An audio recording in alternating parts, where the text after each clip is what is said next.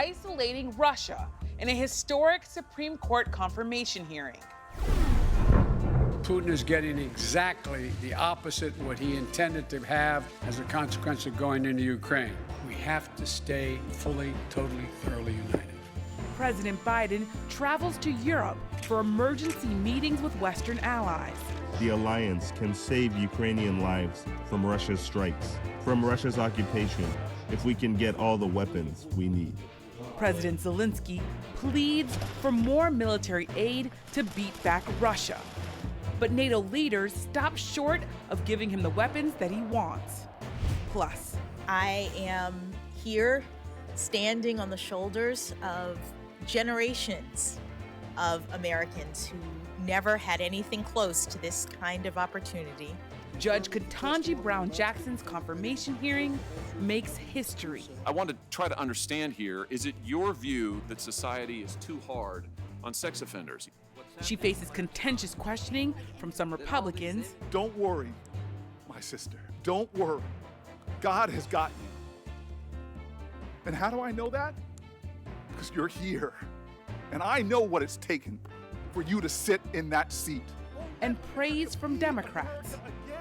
Next. This is Washington Week. Corporate funding is provided by Consumer Cellular. Additional funding is provided by the estate of Arnold Adams. Koo and Patricia YUEN through the YUEN Foundation, committed to bridging cultural differences in our communities. Sandra and Carl DeLay Magnuson. Rose HIRSCHEL and Andy SHREEVES. Robert and Susan Rosenbaum. The Corporation for Public Broadcasting. And by contributions to your PBS station from viewers like you. Thank you. Once again from Washington, moderator Yamiche Alcindor. Good evening and welcome to Washington Week. We're now in month 2 of Russia's invasion of Ukraine. This week, President Biden traveled to Brussels and Poland, where he came within 60 miles of Ukraine. The emergency meetings are meant to reaffirm Western alliances and solidify support for Ukraine against Russian President Vladimir Putin.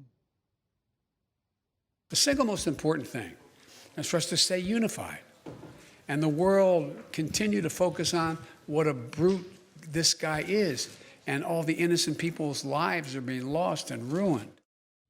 The president also plans to visit with refugees to highlight the growing humanitarian crisis caused by the war. And this week, he also said the U.S. will welcome up to 100,000 Ukrainian refugees. Meanwhile, 4 new NATO battle groups are being sent to reinforce the alliance's territory. That comes after Ukrainian President Volodymyr Zelensky pleaded with world leaders for more help. You can give us 1% of all your planes, 1% of all your tanks, 1%. The world is waiting, Ukraine is waiting for real action, for real security guarantees.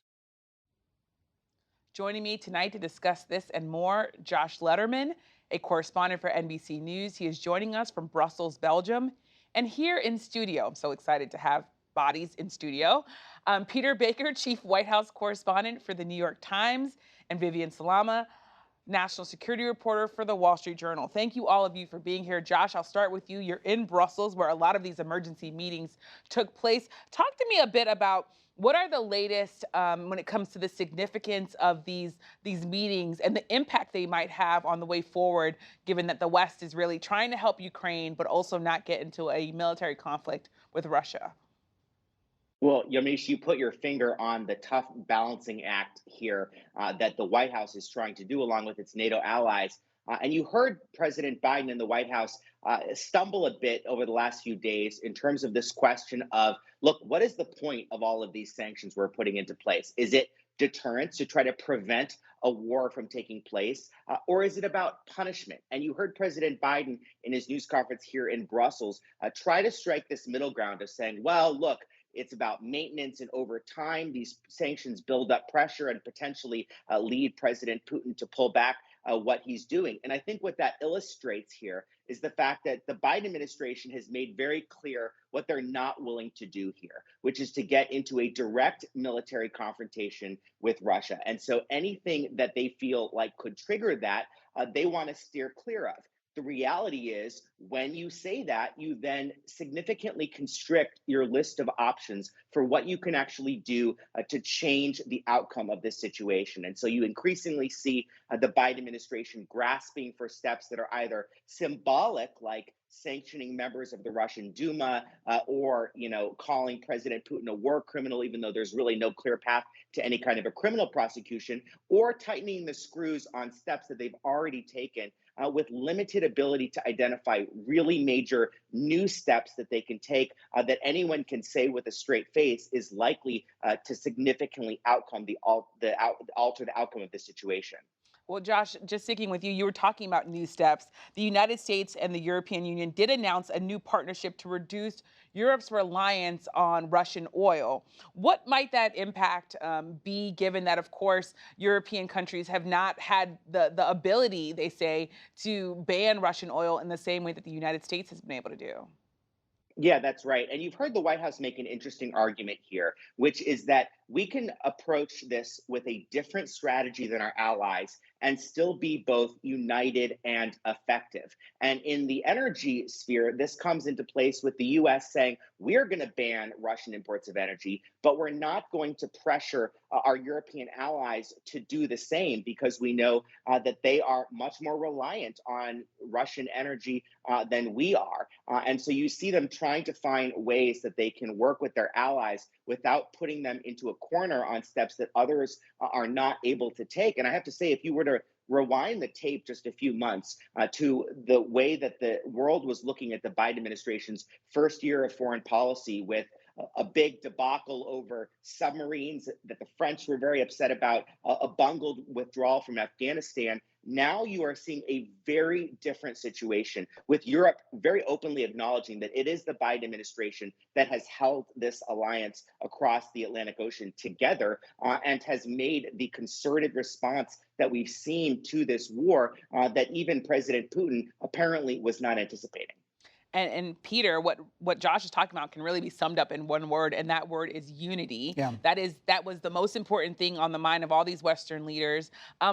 Where do you see this sort of balance of this show of unity, the impact of it having on where things stand now, given that the West doesn't want to give, frankly, Ukraine the help that it's asking for, but they also are very united in their stance? Yeah, they are united, and that is the most important message coming out of this series of summits, basically, in Brussels, because I think Josh is right. I think Vladimir Putin thought he had an opportunity to divide the West, right? We were on our back heels because of the debacle out of Afghanistan, because the Germans were in the middle of transitioning to a new chancellor after 16 years. The French have an election. The British prime minister is in trouble. So maybe this would be a moment when we wouldn't get together, especially after 4 years of Trump bashing the alliance and threatening to leave it.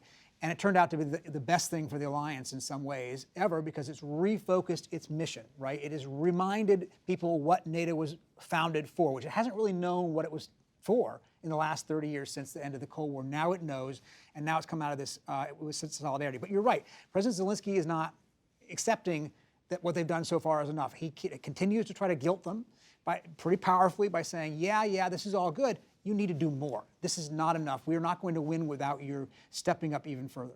And stepping up even further, we could possibly see a change of posture if there are chemical weapons used. President Biden this week said that it's a real threat. He also said that the West would respond in kind. What do we know about how concerned national security officials are about this threat of chemical weapons, Vivian? This is something that the administration has been talking about more and more so in recent weeks. And it's important to remember, Yamiche, that a lot of the intelligence that has been declassified or downgraded in recent months so that they could publicly build their case against Vladimir Putin has been proved to be true.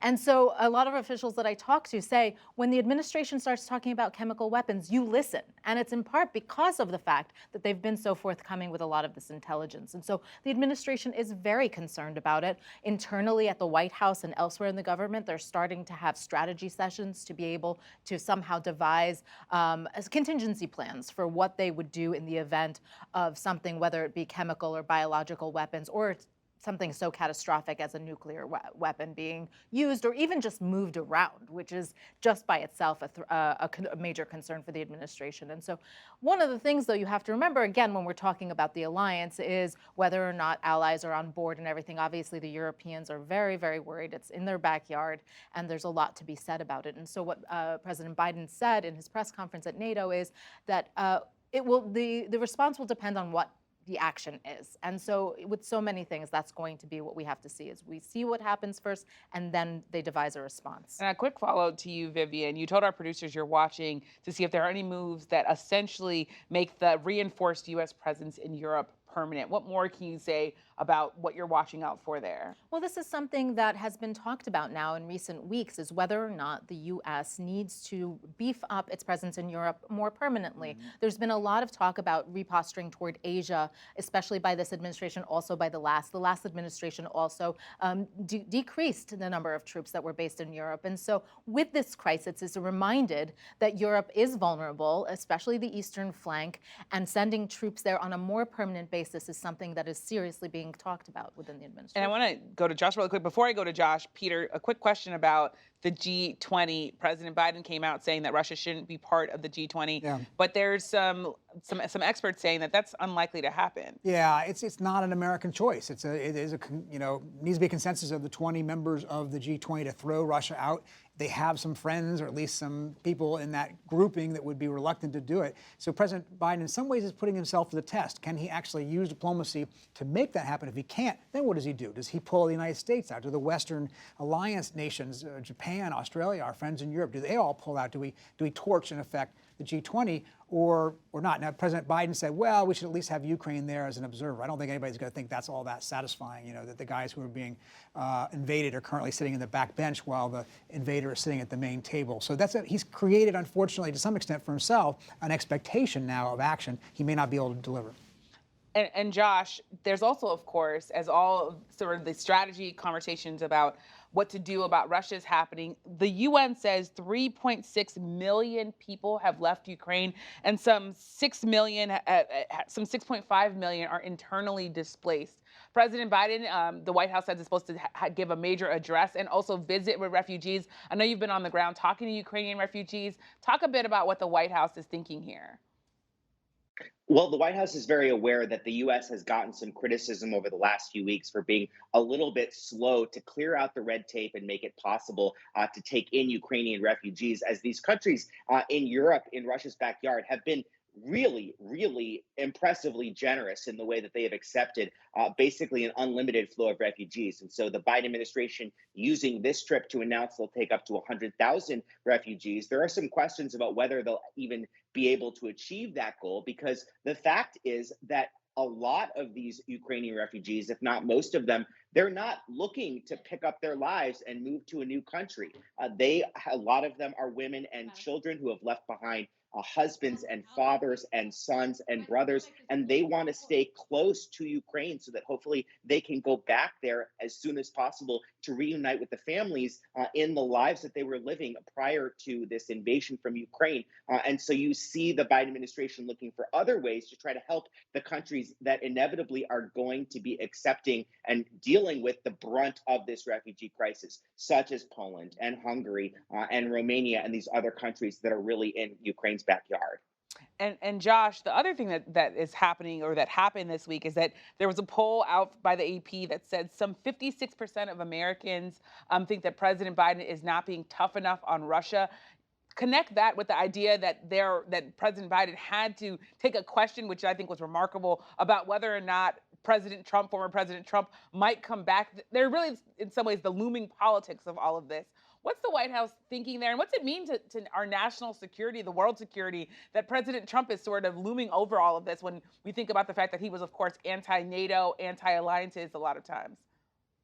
Yeah, and it was so interesting to hear President Biden in his news conference here not only acknowledge that a whole lot of world leaders expressed to him relief that President Trump had not won a second term, which I think a lot of people expected, but also that a lot of them have asked him, yeah, but how long are you here for? And is it possible that you're going to be replaced by Trump or someone like him, and U.S. policy will revert to something that was very problematic to others on the world stage?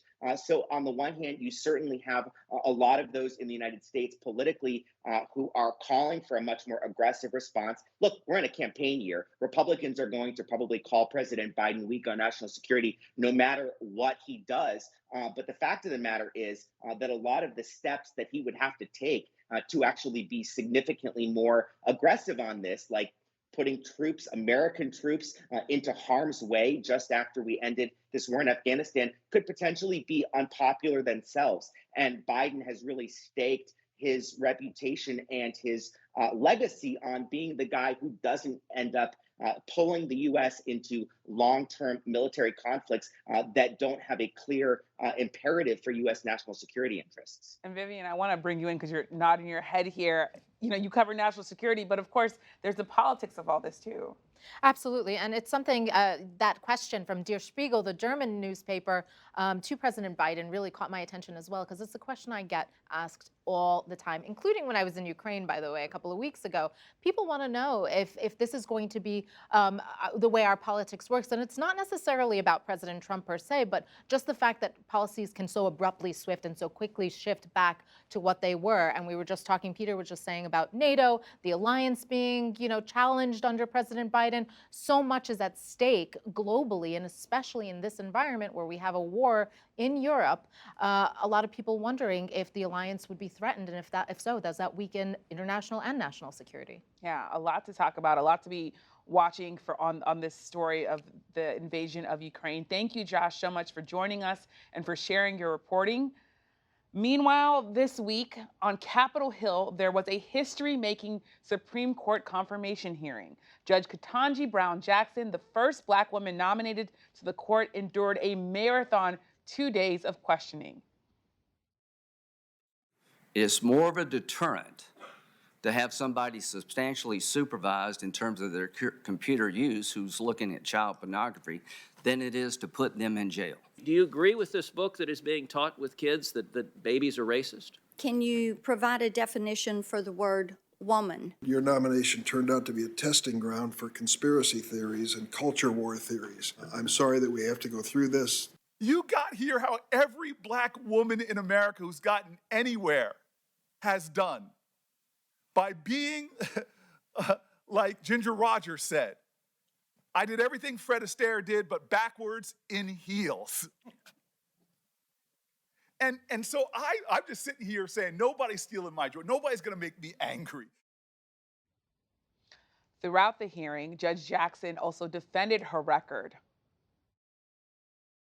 And I've been serving in the District of Columbia, both as a trial judge and as an appellate judge, and we see some of the most politically contentious issues. My record demonstrates my impartiality. White House officials remain confident that they have the votes to confirm Judge Jackson. Democrats in the Senate are also hoping to hold a final vote on her nomination by April 8th. Joining us now to discuss this and more is Laura Jarrett, anchor of CNN's Early Start. She's a good friend of mine and also a lawyer herself. So I'm so excited that you're here. It took 233 years for a Black woman to sit where Judge Jackson sat this week. Talk about the history of this moment, the significance of it for her, but also for our country. It's a hugely significant moment. It sends a message to every little Black girl watching her that they can be in that seat and that they deserve to be in that seat. Given how historic, though, it was, Yamiche, and is, it's striking to me how much time was spent of the hours and hours of questioning from all these senators, not about her record, not about some of the issues that might pertain to what she would consider on the court, but rather, as Senator Durbin pointed out, some of the more divisive cultural issues of the day. And it seems as though some Republicans thought that was their best tact, and that their approach was going to be not to dig into her record or the facts of her record, but rather ask her about anti-racist baby, ask her about how to define a woman, and try to make this a referendum on issues that are likely to come up in the November midterms. And Laura, you talked about sort of the anti-racist baby. I want to ask you specifically about the issues of race because Ted Cruz brought up critical race theory. We also saw the Republican Party tweet out something that crossed out the initials of her name and replaced it with CRT. What do you make of that? What's so striking about that is that if they had bothered to dig into her record, as she pointed out, she doesn't have anything to do with how critical race theory is sort of been bandied about, whether it's in the culture or certainly politically in Washington right now. Critical race theory is not being taught in lower schools, much less taught in a sort of a widespread way. It is a legal theory about systemic racism in the legal system that is taught in graduate schools. As the judge said, this is not something that she has even really studied at length, and it's certainly not something that she uses in her application if she were to be selected for the Supreme Court. Nonetheless, it has now become up repeatedly in states as parents are sort of ginned up about issues about parental choice in schools. And so the Republicans have harped on this, but to cross out her name and to cross out the initials of her name to put CRT was such a striking moment during those hearings because she literally has no connection to critical race theory. The only connection there is that she happens to be a Black woman. So I think a lot of people felt like it was intellectually lazy at best and racist at worst. Some powerful facts from Laura tonight that needed to be said. Peter, there is this feeling that Senator Manchin came out. He said he's backing her, so Democrats feel like they have this vote locked in. But what does it say about our politics that she might not get votes from Republicans, especially someone like Lindsey Graham, who spent a lot of time talking about material showing children being sexually abused when he voted for her last year? He did. He voted for her last year. We are at a very different stage when it comes to Supreme Court confirmations. You know, when Stephen Breyer, whose seat she's going to take, was nominated and confirmed as Supreme Court, he got almost all the Republican votes at the time, not because they wanted him, not because he was their choice, but because they recognized that a president gets to choose and your senator's options are, you know, only when there is a question of integrity or something significant to vote against. That is gone. We are now in a strictly partisan era. Democrats vote against Amy Coney Barrett. Republicans are going to vote against Ketanji Brown Jackson. And you're right, it will be an almost party line vote. It's possible. There are 3 Republicans who voted for her for the appellate court last year. Lindsey Graham has made clear he's not going to be repeating that vote, which is a change for him because in the past he has supported Democratic nominees like Elena Kagan and Sonia Sotomayor because he believed in this principle that you do give the president his or her eventually choice on the Supreme Court, absent some reason otherwise. He's abandoned that principle, obviously. And the other 2 are Lisa Murkowski, Susan Collins. They haven't said how they're going to vote. It's possible both of them or one of them were to vote for her, but that would be the extent of the Republican vote. It would be at most 52 to 48. And Vivian, quickly, I know you did some digging on the Guantanamo Bay nuances there. About a minute left, but I want to give you at least a little bit of time before I go back to Laura for one last question. Well, I mean, speaking of Lindsey Graham, he stormed out during that whole entire debate because he claimed that what he said was liberals are being too lenient over the issue. And she got a lot of fire about defending Guantanamo Bay detainees. Keep in mind, she was a public defender at the time, and she was assigned these detainees at the time. She said it's a 6th Amendment right. It is part of our Constitution. Also, the Supreme Court had ruled by then against indefinite detention, saying that detainees had the right to defend themselves in American courts. And so, you know, she was defending that role that she had to play. And a number of Republicans also came to her defense, actually, to say Absolutely. she did not pick her clients. Laura, I want to come to you because there was this powerful moment of Senator Booker making her cry, talking about sort of what it took to get her in that seat. We only have about 45 seconds left, but please talk about that moment and what it means for Democrats that he had to do that. It's interesting that he was really the only one that sort of said, wait a minute, what's going on here? It seems as though he sort of wanted to rise above everyone and make everyone realize the historic nature of the moment. We've all seen the picture of her daughter, Layla, 17 years old, smiling behind her. And I think a lot of people who were watching, especially Black people who were watching this historic moment, felt a sense of pride that Senator Booker really articulated in his passionate speech for her. And he said something that I think so many African American women in particular, as you just noted, resonated with, and that is that he knew what it took to get to that seat. Yeah. And don't worry that she was a great American. So a touching moment there, and one that brought her to tears because she was so poised during everything else. Yeah, and you can imagine she didn't want to have to cry, but she was so choked up.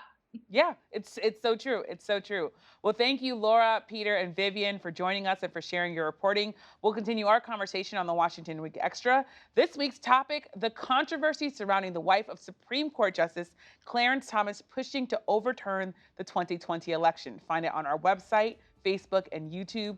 And tune in Monday to the PBS NewsHour for the latest on the Russian invasion of Ukraine. And finally, this week, Madeleine Albright, the first woman to serve as Secretary of State, died at age 84. She was a brilliant figure who helped steer Western foreign policy in the aftermath of the Cold War. She will be deeply missed. Thank you for joining us. I'm Yamiche Alcindor. Good night from Washington.